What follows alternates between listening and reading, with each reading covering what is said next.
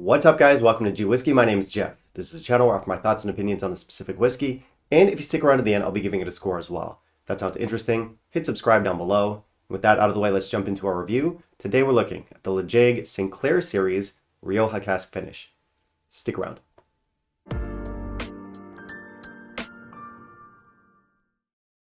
So it's the Ledaig Rioja Cask Finish today, and for those of you who are fans of the channel, you'll know that I'm a huge fan of Ledaig. It's pronounced Ledaig, you fuck. And for those of you who are fans of the channel, you'll know I'm a huge fan of Ledaig. This one is the newest addition to Ledaig's core range, and it's the first of the Sinclair series. Now, of course, series implies we'll be getting more of these, and I would imagine that when we do get them, they'll be similar to this in the sense that they'll be no age stated, and they'll have some kind of cask finish. And before some of you start rolling your eyes, yes, it is no age stated, yes, it is a finished whiskey, but A, none of those imply that this is going to be a bad whiskey, and B, this is very much a budget offering, and we haven't even talked about specs yet.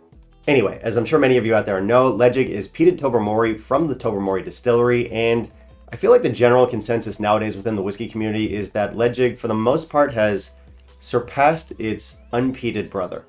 And I think I would agree with that. I do like Tobermory, but it's not as consistent or as impressive as Ledaig, in my opinion.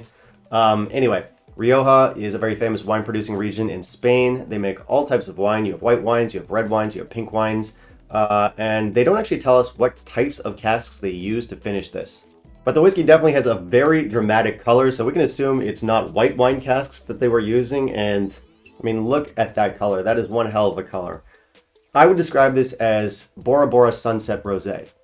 Sunset Rosé. I'm kidding, but it's like a ruby red pink. Anyway, this one's been picking up quite a bit of steam since it first got released, and I think most people like the fact that it's got good flavors, but it's also got a very accessible price tag, so not only is it good stuff, but it's also got that bang for buck appeal. At least that's what people say.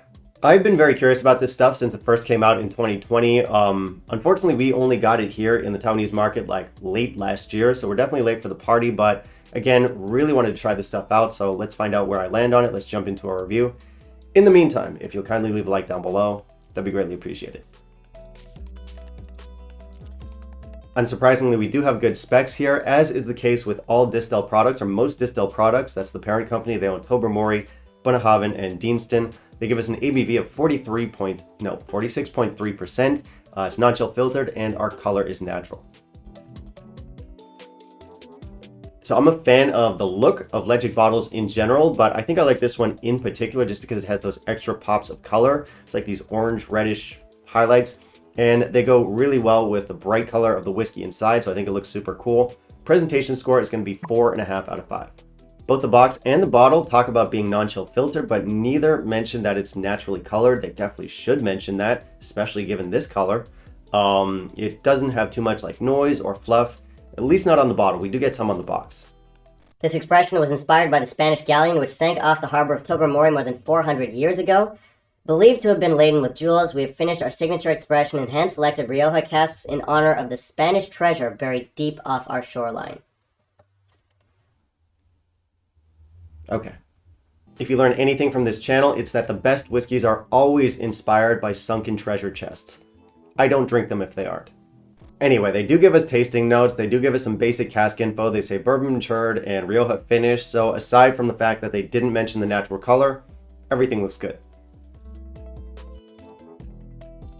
On the nose, we get the classic Ledaig House style, which is like this funky, fermenty, almost cheesy peat, and the wine casks are right there with it.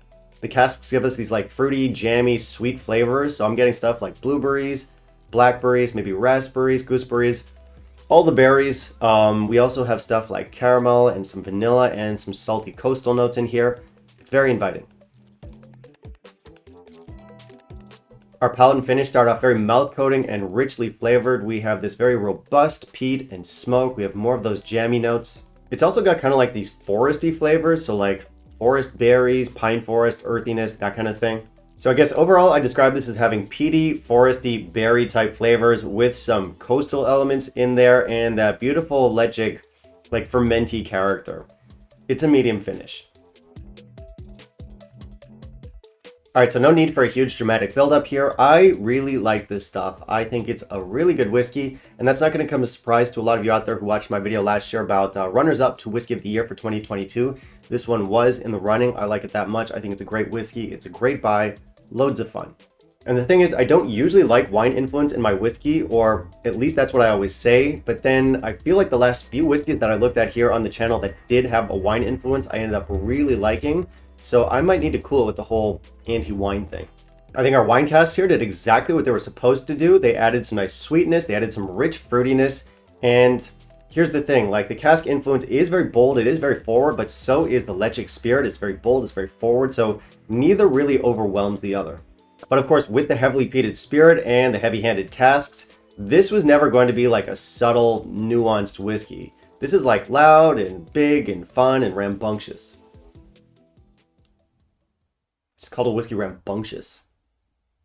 How does it even work? I like how this is a sweet and fruity whiskey, but the sweetness is kept in check. Like it never gets cloying or sickly sweet. What else? In some ways, this does kind of remind me of the Ledaig 18. And yes, that is some serious flattery, especially coming from me. Like as far as I'm concerned, the Ledaig 18 is like a Hall of Fame, all-time great whiskey. And that's because through some magical combination of good cask selection, good cask management, and just the wonderful uniqueness of the Ledaig distillate, I consider Ledaig 18 to be one of the best combinations of peat and sherry that can be found out there. Of course, this one is not going to be on that level. The 18 is much more interesting, complex, nuanced. It's an all-round better whiskey. That one's also sherried. This one is Rioja finished, but the 18 is well over double the price of this stuff in my market. And for something that's so much cheaper, the fact that it's even reminiscent of the 18 is a good thing. Both are peaty, fruity, balanced, really fun to drink, and yeah, of course they're not going to be the same level, but the DNA is there, and some of the charm that you get in the 18 can be found in this stuff.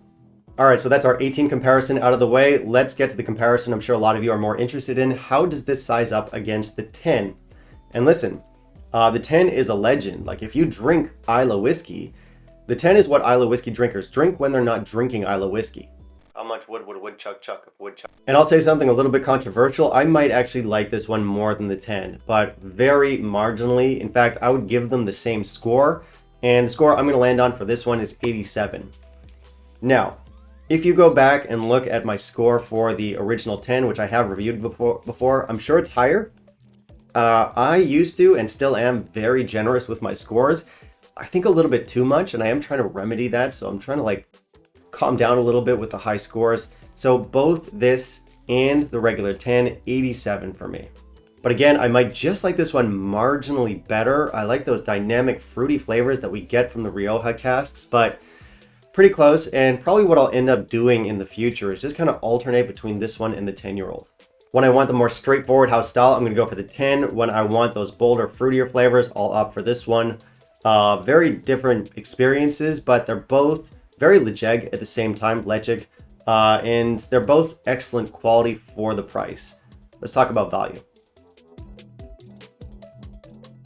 So of course I'm going to recommend this based on value. In fact, I don't think it gets much better than this when it comes to bang for buck whiskeys. This stuff is naturally presented, it's got beautiful flavor, it's wonderfully balanced. It's just a good all-round entry-level whiskey. So I definitely think it's worth the money, and I can't wait to see what's next in this Sinclair series. Check this one out, guys. Okay, that's it for today's video, guys. Thank you very much for watching. If you want to help support the channel, I do have a Patreon. Otherwise, you can like, comment, and subscribe. And I do want to hear from you. Have you tried the Rioja Cask Finish from Ledaig? What were your thoughts? How would you compare it to the 10? Do you think it's better or worse? And let me know what you want to see me review in the future. And of course, I'll keep that in mind for my upcoming videos. Bye, guys.